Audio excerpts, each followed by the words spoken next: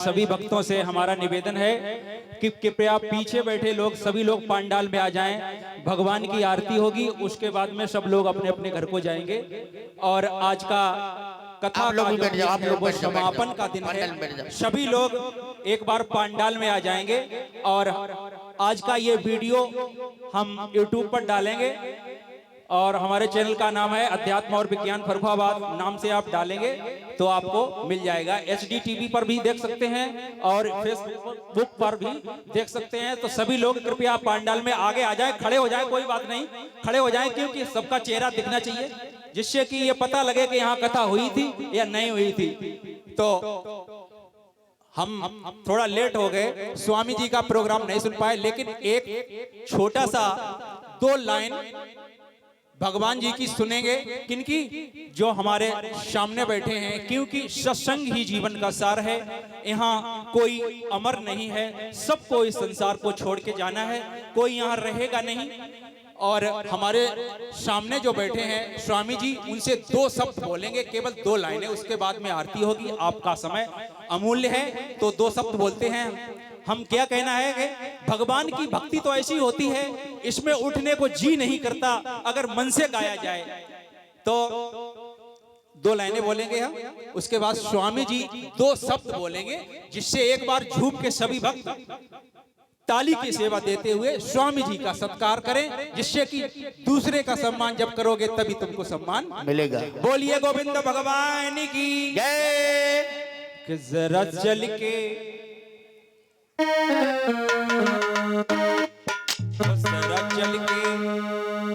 जरा चल के वृंदावन देखो, जरा चल के वृंदावन देखो, श्याम मुरली बजाते मिलेंगे। जरा चल के वृंदावन देखो, श्याम मुरली बजाते मिलेंगे। श्याम मुरली बजाते मिलेंगे, श्याम मुरली बजाते मिलेंगे। जरा चल के वृंदावन देखो, जरा चल के वृंदावन देखो, श्याम मुरली बजाते मिलेंगे। श्याम मुरली बजाते मिलेंगे। और झूला झूल रही, झूला झूल रही, वो झूला झूल रही होगी राधा प्यारी, झूला झूल रही होगी राधा प्यारी। श्याम मुरली बजाते मिलेंगे।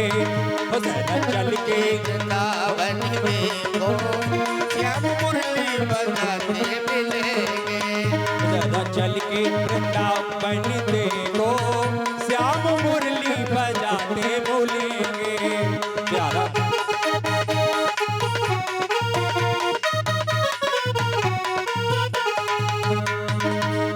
तीरे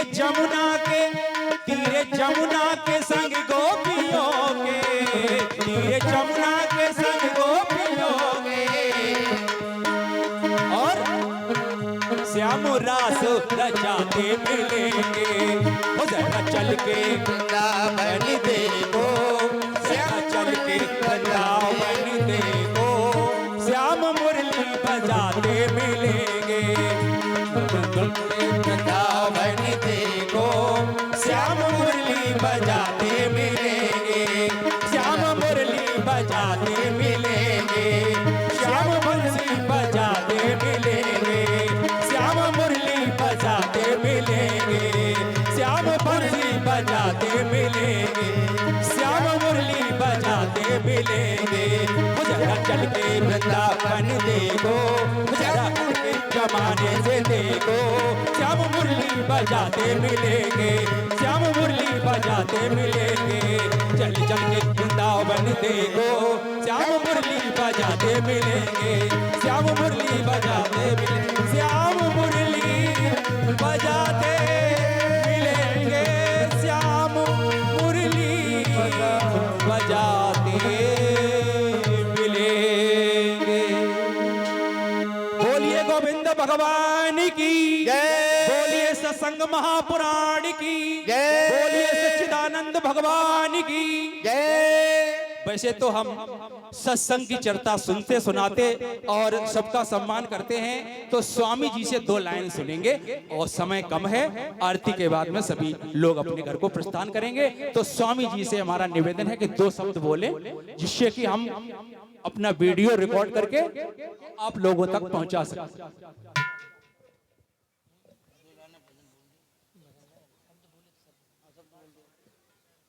हेलो, बोलिए वृंदावन बिहारी लाल की जय।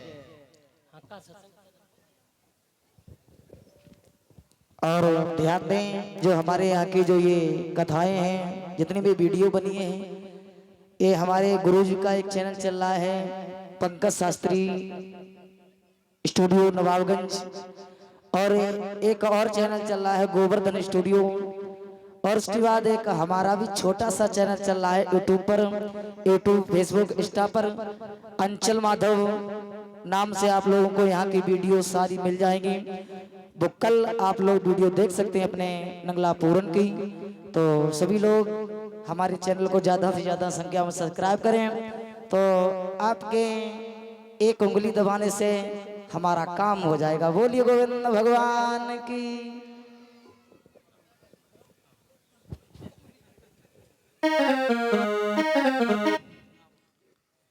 बोलिए वृंदावन बिहारी लाल की जय। अच्छा, ये बताइए, जैसे आप लोग यहाँ कथा सुनने के लिए आते हैं, तो कोई ये बता सकते हैं परीक्षित और सुखदेव जी का संवाद कहाँ हुआ था? अरे ये कोई नहीं बताने वाले, ये तो वे ही सुनने वाले हैं कि दई दई रे लंगुरिया ने ऐसी मार दी। सही कह रहे महाराज। कोई है बताने वाले परीक्षित और सुखदेव जी का संवाद कहाँ हुआ है? थोड़ा सा और बढ़िए इधर को। नीमसार में फिर भी बहुत दूर तक पहुंच गए। मतलब ये कथा 88,000 सौनकादिक ऋषियों को सूत जी ने नैमसार क्षेत्र में सुनाई थी। नैमसार क्षेत्र में सुनाई थी। और अब जो है, जैसे सुखदेव जी और राजा परीक्षित का संवाद, राजा परीक्षित को बैराग नहीं होता, वो जो है चक्रवर्ती सम्राट थे। तो महात्मा जी ने श्राप दिया था कि आज के 7वें दिन तू मर जाएगा, तेरी मौत हो जाएगी। तो वो सब कुछ छोड़ करके और शुक्रताल में, जो मुजफ्फरनगर है, गंगा के किनारे बट वृक्ष के नीचे जो है सुखदेव जी और राजा परीक्षित का संवाद हुआ था। तो बट वृक्ष के नीचे कथा को सुनाना, पीपल के पेड़ के नीचे और पाकर के पेड़ के नीचे ध्यान करना, ये सबसे उत्तम माना जाता है। तो राजा परीक्षित ने ये पूछा था कि जब मरणासन अवस्था में था, तो कहा कि पहले दिन कि मनुष्य को आजीवन क्या करना चाहिए, और जिसका समय कम हो, मरने वाला हो, उसको क्या करना चाहिए। तो बताया, उन्हीं दोनों प्रश्नों का उत्तर राजा परीक्षित को सुखदेव भगवान ने प्रथम स्कंद से लेकर और 12वें स्कंद तक दिया। तो इसका मतलब, कथा सुनने का मतलब क्या है कि पानी में मीन प्यासी, पानी में मीन प्यासी, और मोय सुन सुन आवे हांसी, और आत्म ज्ञान बिना नर भटके चाहे मथुरा काशी। कि एक दिना वन में बस के मृगराज किनारे ना हर जायो। कि एक दिना वन में बस के मृगराज किनारे ना हर जायो। काहू गड़रिया के संग गयो, बन भेड़न बीच में भाई छिपायो। कि भूल गयो कुल कर्म सवे, कि ऐसे ही आत्म ज्ञान बिना नर जीव भूल के जीव कायो। कि ऐसे ही आत्म ज्ञान बिना नर भूल के ब्रह्म को जीव कहायो। ये जीव ही ब्रह्म है। उसमें लिखा है कि वेद में 4 वेद हैं, अयम आत्मा ब्रह्म, प्रज्ञानम ब्रह्म, तत्त्वमसि और अहम ब्रह्मस्मि। तो राजा परीक्षित को ये ज्ञान कराया कि जिसका ज्ञान हो जाए चाहे स्वर्ग में जाए चाहे नरक में जाए, उससे कुछ भी मतलब नहीं। सुखे न रागा कुत एव रूसा, जब उसका सुख में राग नहीं होगा तो नरक में उसको भय क्या है।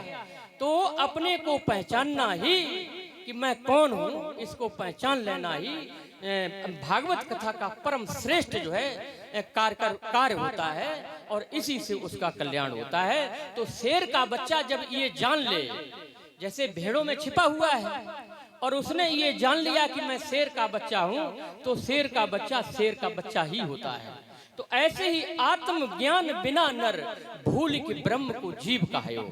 जब ज्ञान हो जाता है तो राजा परीक्षित को, जिसको सर्प काट लेता है उसकी अधोगति होती है, मरते समय पेशाब हो जाती है तो उसकी दुर्गति होती है, और मरते समय उसको जैसे लैट्रिन आ जाती है, प्राण निकल जाते हैं तो उसकी दुर्गति होती है। तो जब ज्ञान हो जाता है, चाहे वो कहीं भी उसका शरीर नष्ट हो, लेकिन आत्मा अजर अमर है, उसका कभी नाश नहीं होता है। तो राजा परीक्षित को सुखदेव जी ने ये ज्ञान करा दिया। पंकज जी गा के सुनाते हैं, हम तुम्हें संस्कृत में सुनाते हैं। तो उसमें राजा परीक्षित ने क्या कहा भागवत में कि अहम ब्रह्म अस्मि, कि मैं पूर्ण ब्रह्म हो गया हूँ। अब मुझे राजा परीक्षित से, वो राजा परीक्षित का ने कहा कि अब मुझे जो है तक्षक ने जो सर्प दिया, वो साप दिया है, उस सर्प से मरने का कोई किसी प्रकार का भय नहीं है। तो राजा परीक्षित को ज्ञान हो गया था, ये समीक्षा की कि अहम ब्रह्मस्मि, कि मैं ही ब्रह्म हूँ। फिर वो संसार में तो रहेगा, लेकिन उसका जीवन जल बिच कमल बिच कलियां, जल में रहता है और कमल की भांत रहता है।